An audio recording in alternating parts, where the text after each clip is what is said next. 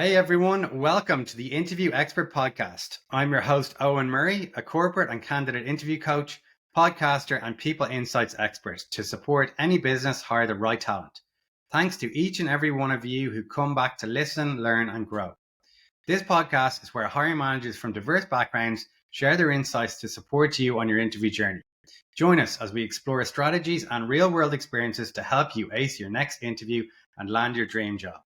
I'd like you to join me in welcoming Mavis Nonkosinathi Ramazani to the show, an exceptional advocate for diversity, equity, and inclusion. As a dedicated employment specialist at the Irish Refugee Council, Mavis plays a pivotal role in empowering individuals who have sought refuge through the International Protection Service to rebuild their lives and find meaningful employment opportunities. Her remarkable efforts have been recognised with an esteemed award for unwavering dedication to championing diversity and inclusion in all facets of society. She was recognized by Diverse In as one of 133 women who has changed the world. With a reputation as a connector and network builder, Mavis embodies the spirit of community and collaboration, bridging gaps and creating pathways for individuals from diverse backgrounds to thrive. Her unwavering dedication to empowering others serves as a beacon of hope and inspiration for us all. It's an honor to have had Mavis share her expertise and experiences on the Interview Expert. Let's dive in. Mavis, how are you? Welcome to the show. Thank you so much, Owen, for having me. I'm great. And how are you? I'm great. The sun is shining in Dublin for once. How are you getting on? How's your week going?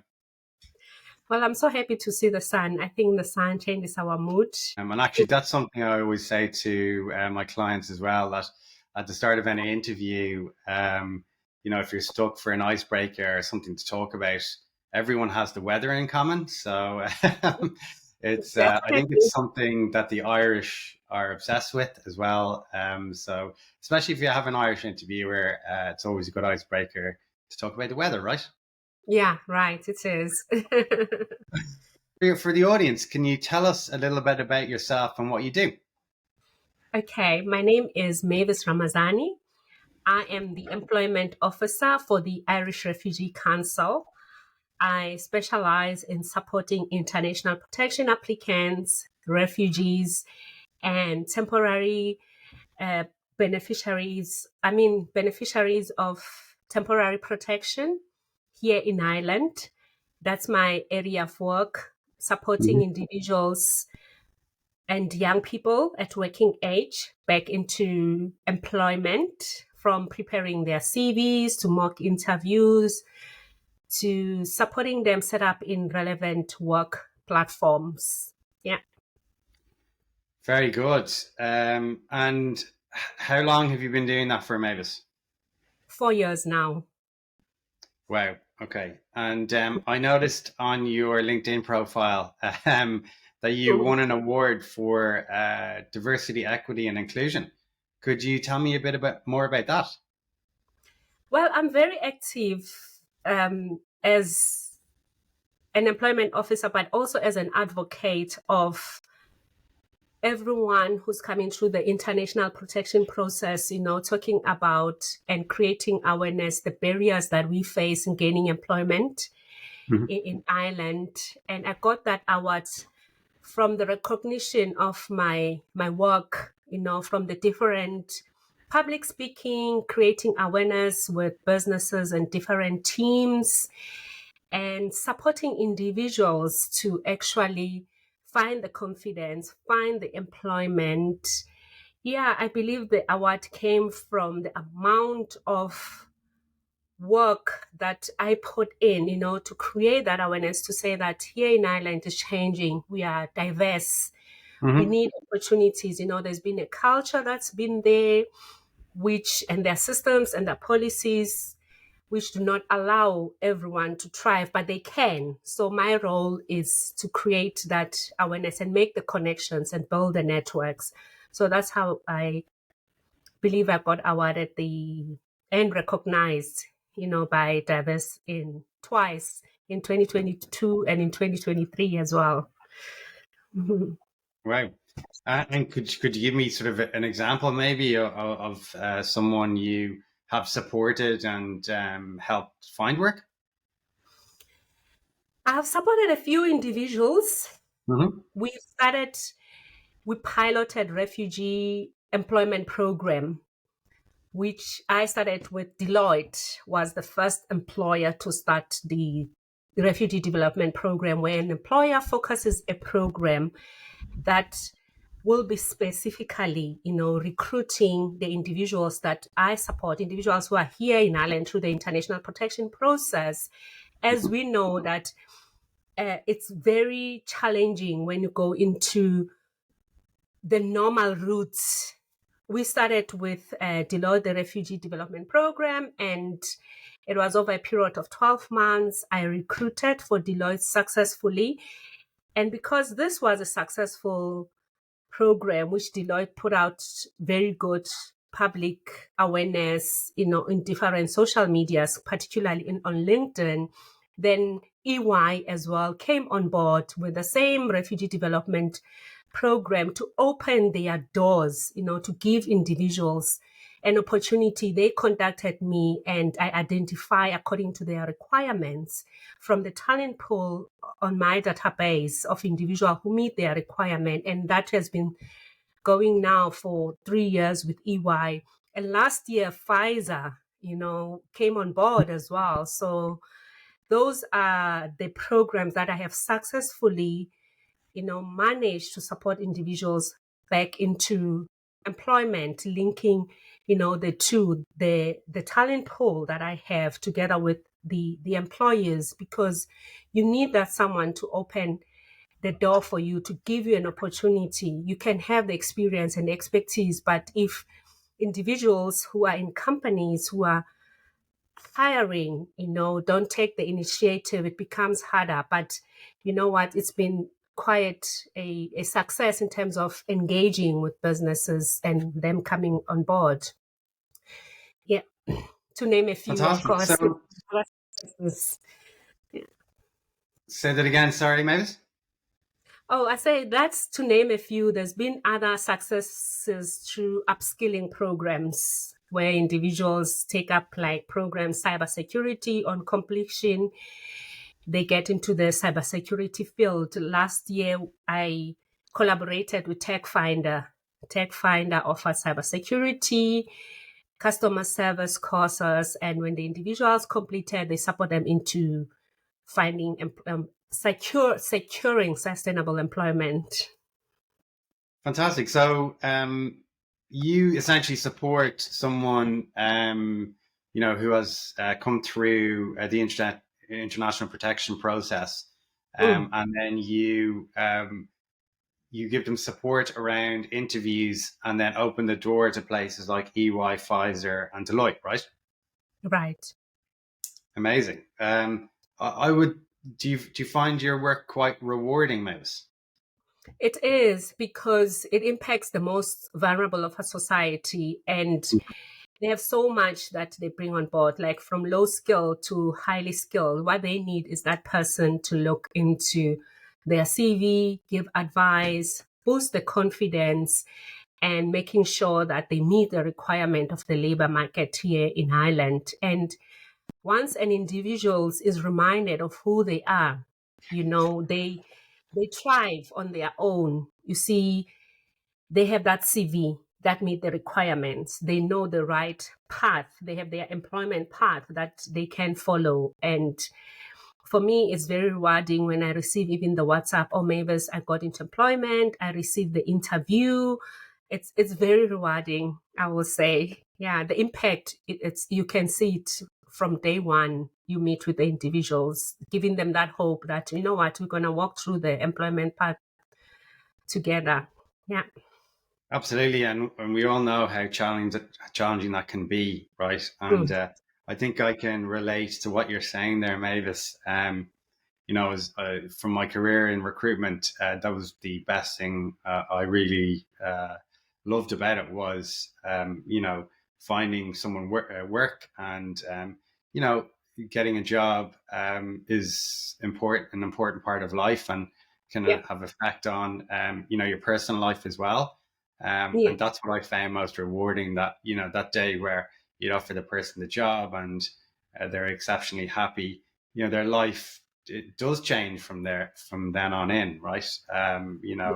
Having a steady income, helps with everything. I would imagine someone like yourself who helps someone who comes over from another country and probably been through, pretty tough circumstances, Mm.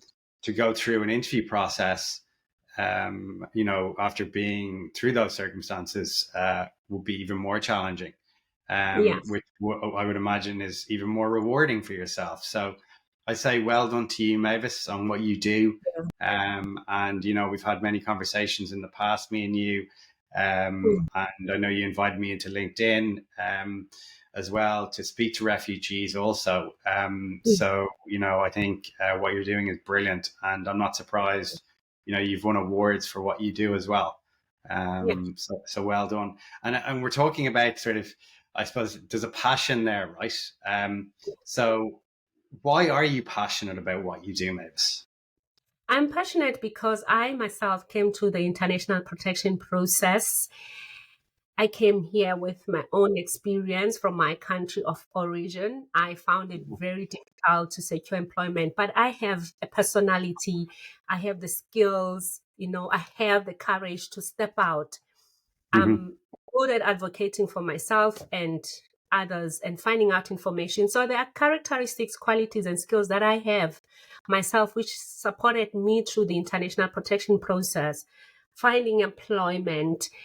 And when I secured employment, it was part of my background because I come from an HR background, though I specialized in skills development. Okay. And knowing that I've been through that road, it was hard. I found the right path. I made the connection to be able to support another person like me who's going through the international protection process. It is very rewarding because it means if I had to walk 10 steps and learn from those 10 steps, they won't have to walk that far, that further, because I'm here. That's what has kept me the 4 years in my current role to say, you know what, I have found the roots, I have made the connections, and now I'm living independently, which means that I'm at a better headspace. I have my status, I can support other people, because if my life didn't improve, I won't be able to support, the people that I support. But because my life has improved, it means I have a headspace and I can make use of my previous experience and qualities into my current job. Yeah. Wow. So someone who's actually come through the process themselves, I can imagine you have a lot of empathy with the people that you are supporting. Can you Yeah. tell me a bit more about that, about your experience, coming to Ireland and going through that international protection process? It was such a relief to come to Ireland and being able to be accommodated, firstly, having a roof over your head. Because when you are displaced, you don't come through the visa process, you don't come prepared, you just come with your bag and hope that the country accepts you, and treats Mhm. you with dignity. And I was accommodated when I came to Ireland. That was such a relief for me. The challenge was I was living in a direct provision center, which is I was isolated from the rest of the community. And that was very difficult for me coming from where I come from, where you have access to community. You were a citizen. It was easy for you to navigate. Now you are in this place with so many rules of coming and going, how you should live your life, and how you didn't have a privacy. In my mind, the thing that I told myself is, okay, if going out to the community, I will be arrested. I'm ready to get arrested, but I have to go out and find out what support, what services are available in the community. One big advantage I had and I have right now is the language. I can't imagine a person, with language barriers, what they have to overcome, because with language barriers it's even harder. So I had that advantage of a language. I can go out and ask in the offices, this is where I am, where do I need to go? And one person to the other connected me. One thing that I found in offices, people here in Ireland, I have huge respect for them, especially in community centers, in family support centers. They are welcoming. They'll give you information. They'll tell you, okay, Mavis, this is our limit. This is where you need to go. So it's having a language and the courage to step out of direct provision center and knowing that I am a human being. There are other human beings out there who will support me. That was the first big step, trying to find my way and the direction, being isolated from the community, actually breaking that isolation through my interaction. Yeah. Very good. And thank you for sharing that, Mavis. Do you feel that the services are better now than they were when you arrived, or in Ireland, or is it the same? I think since last year, I have seen, because I'm in the field as someone who's working for the Irish Refugee Council. Since last year, the services, access to services has deteriorated in some areas. If you are in Dublin, we have different organizations and groups. Like I'm part of the movement of asylum seekers in Ireland. Once you find someone, you get added to different WhatsApp groups. But for someone who's outside of Dublin, it's even harder in terms of accessing the information, the services, and the support that they need. It really depends where you are as well outside of Dublin. When you get outside of Dublin and you have a community that's been welcoming refugees, then you have access to those individuals. The services have deteriorated when it comes to men. Men are now are finding it more difficult, but we try to close those gaps through different movements, platforms. The advantage that I believe we have is technology. The different groups, particularly on WhatsApp, that's where information is shared and reshared. But with the increase of the population, the government is finding it challenging, but with advocates like myself, we keep interacting and giving possible solutions and trying to close the gap to our best abilities. Okay, so improvements to be made. In your opinion, what do we need to be doing better that we're not doing currently? We need to bring all stakeholders on board and fund NGOs. A lot is expected of NGOs, but they are not funded.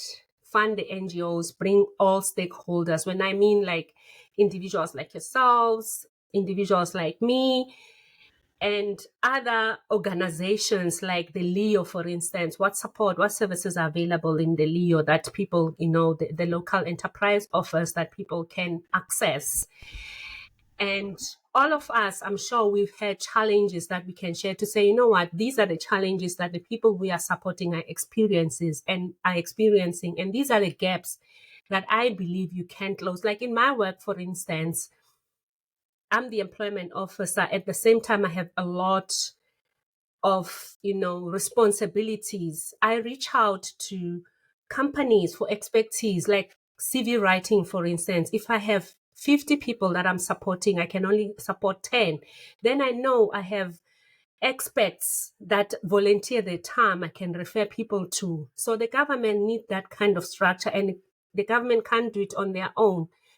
They need the advice from the people who are on the ground to say, okay, this is the structure in place. This is what is working. This is what not working. And not to have double standards, not to treat one community differently from the other community as well. Yeah. I think we can bridge the gap by working closely with the government right now. Yeah. Yeah, That's no, my opinion. Yeah. absolutely. Yeah. Thank you so much for sharing that. And it makes total sense, right? I think the local enterprise office as well. There's a lot of support there also that I never knew was there myself, and I know I mentioned this in other podcasts. But there, I was surprised with the amount of support that the local enterprise office gives. So I think there are structures in place, Mavis. I think maybe what you're saying is that there's a bit more to do, right? And yeah, I would agree with that as well. I would love to know what your favorite thing is about what you do. My favorite thing is closing the gap and building the bridges.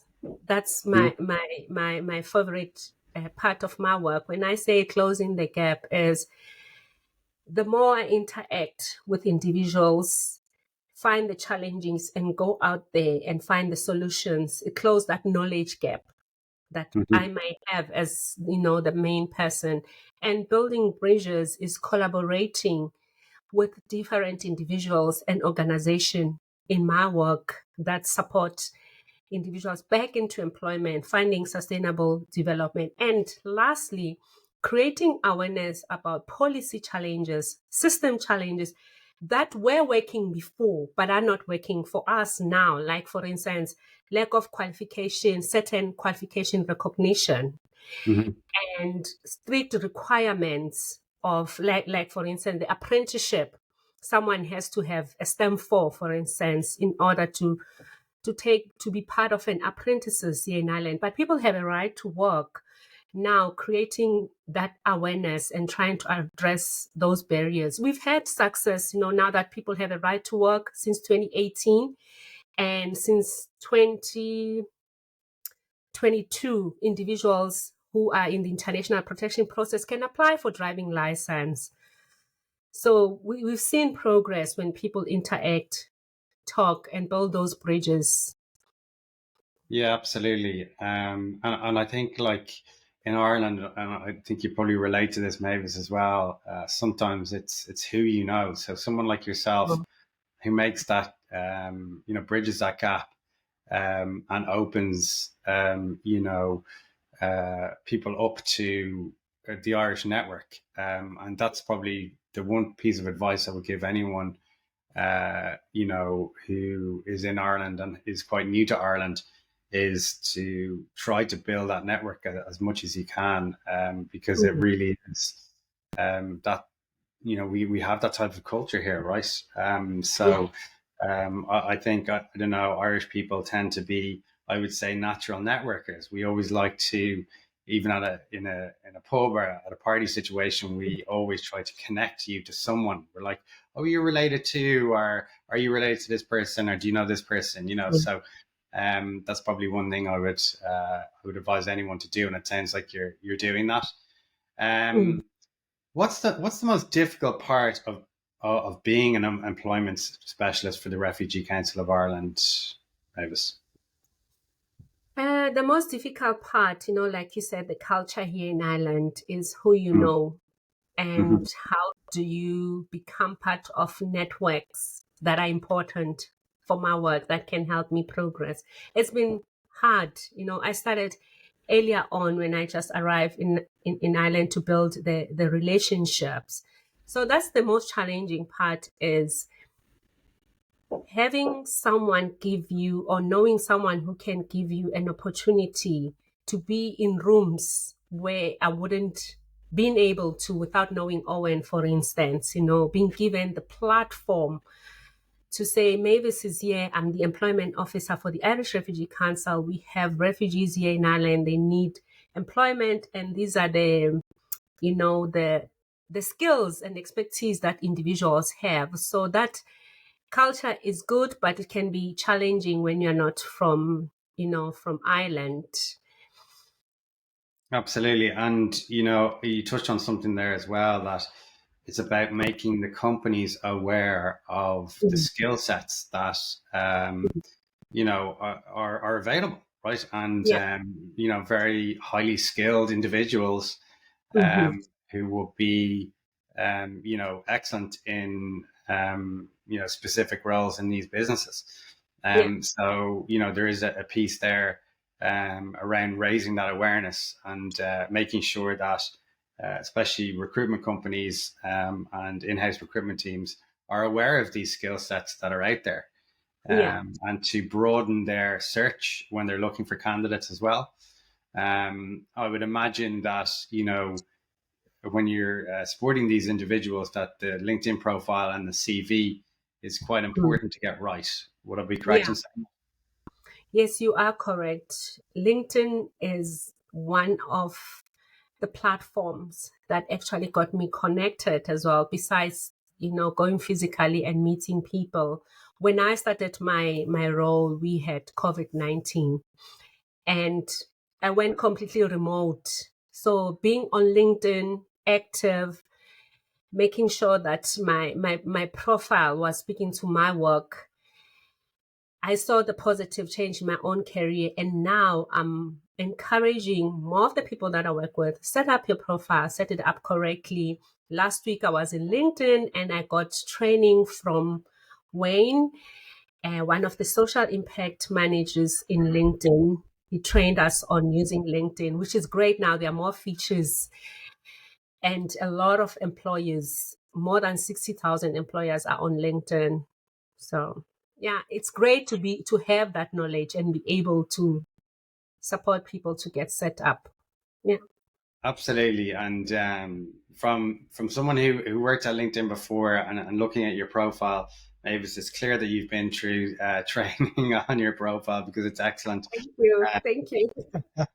And you talk about, your awards and your achievements, and it definitely stood out to me as a really good profile. And that's I've mentioned this before, but having your LinkedIn profile, right and it looking well is so important these days. And in a lot of cases, recruiters will look at your LinkedIn profile, make a decision to reach out to you based on your LinkedIn profile, have a conversation with you, qualify you for the role, and your CV won't actually come until before your first round interview with the hiring manager. So that's how important it is. And we had an expert, Raul, on the show before talking about the LinkedIn profile and how important it is and how you're Yeah. assessed on that before your CV. So I think that's great that you give that support. It's not easy to get your LinkedIn profile right. There's a lot of work that goes into it. Yeah. But it's definitely worth it, right? And I suppose it's being visible on LinkedIn these days as much as possible, right? So talking about your achievements, reposting, liking, that all helps because it's that one like that will connect you to that potential employer that's looking for your skill set. Mavis, what's the biggest misconception people have about your field of expertise? The biggest misconception that people have, I will say, it's thinking that every international protection or refugee has language barriers. They have confidence issues. They are not that skilled, especially the language barriers, because from time to time you find people telling you, oh, your English is so good. And another one will be hiring people with labor market access permission. There's some companies and hiring managers who think that, you know what, it's a risk. I can't hire someone with a labor market access permission, whereas you can, because that is a work permit that people who are still going through the international protection process have. And most of the time, within 3 to 6 months, they get granted their status. So a refugee is not here through any visa process. The last process that takes place, individuals get their status. So every hiring manager can, contact me and find out more about labor market access permission. They don't need to fear to hire individuals who hold that 12 months permission. And it gets extended as well. People can get it extended for another 12 months for as long as they're still going through the international protection process. So I would say the labor market access permission or work permit, and thinking that, we all have some kind of a language barrier, or lack of skills. Yeah, being treated in an undermining way, I will say that quite happens a lot. Yeah, I think that could have something to do with unconscious bias, right? Mm. And just making and presuming that Yeah. someone is like that. So for any companies that are listening out there, that is not the case.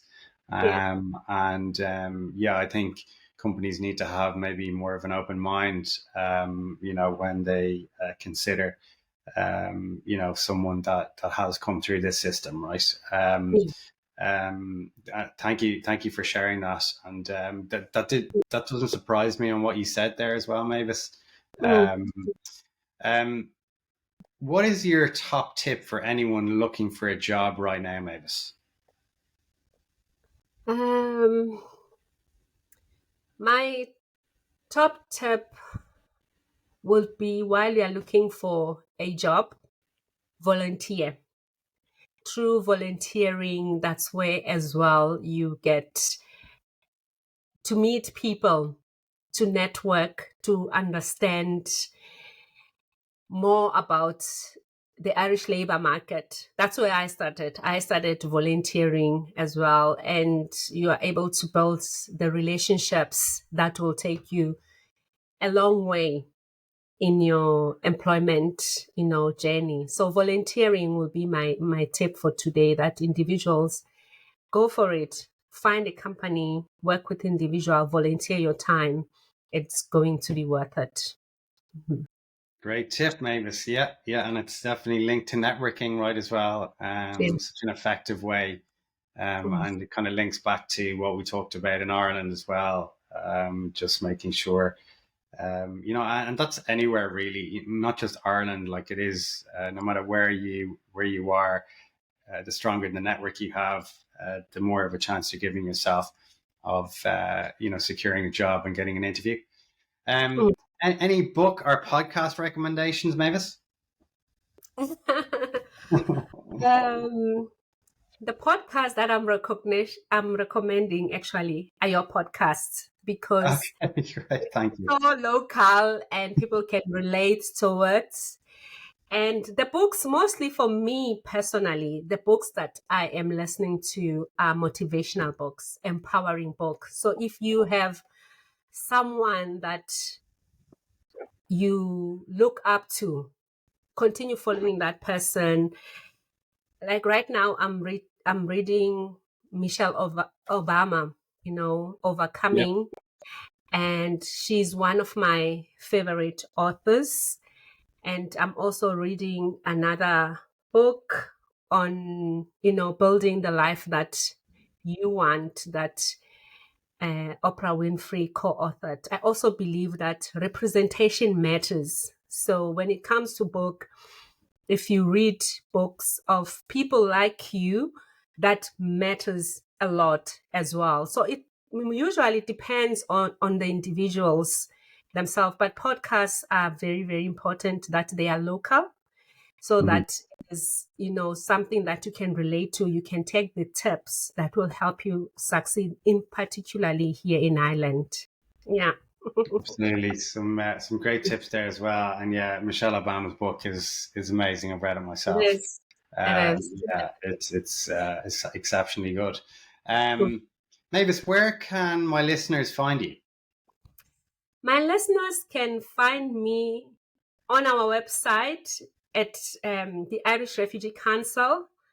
I am on LinkedIn as well, very active on LinkedIn. And I usually share some of the podcasts on different topics that I take part on. But definitely they can connect with me on LinkedIn and via our website as well. Fantastic. Well, Mavis, thank you so much for joining us today. Really insightful chat. And all the best with everything. You are welcome. Thank you for having me. Thank you for listening to The Interview Expert. Make sure to check out our website, yourhired.ie, where you can subscribe to the show and also find out more interview tips and tricks. While you're at it, if you found value in this show, we'd appreciate a rating wherever you get your podcasts. Or if you simply tell a friend about the show, that would help us out too. Owen Murray is available for private coaching. See our website for details at yourhired.ie. Until next time, do good, feel good, and be good.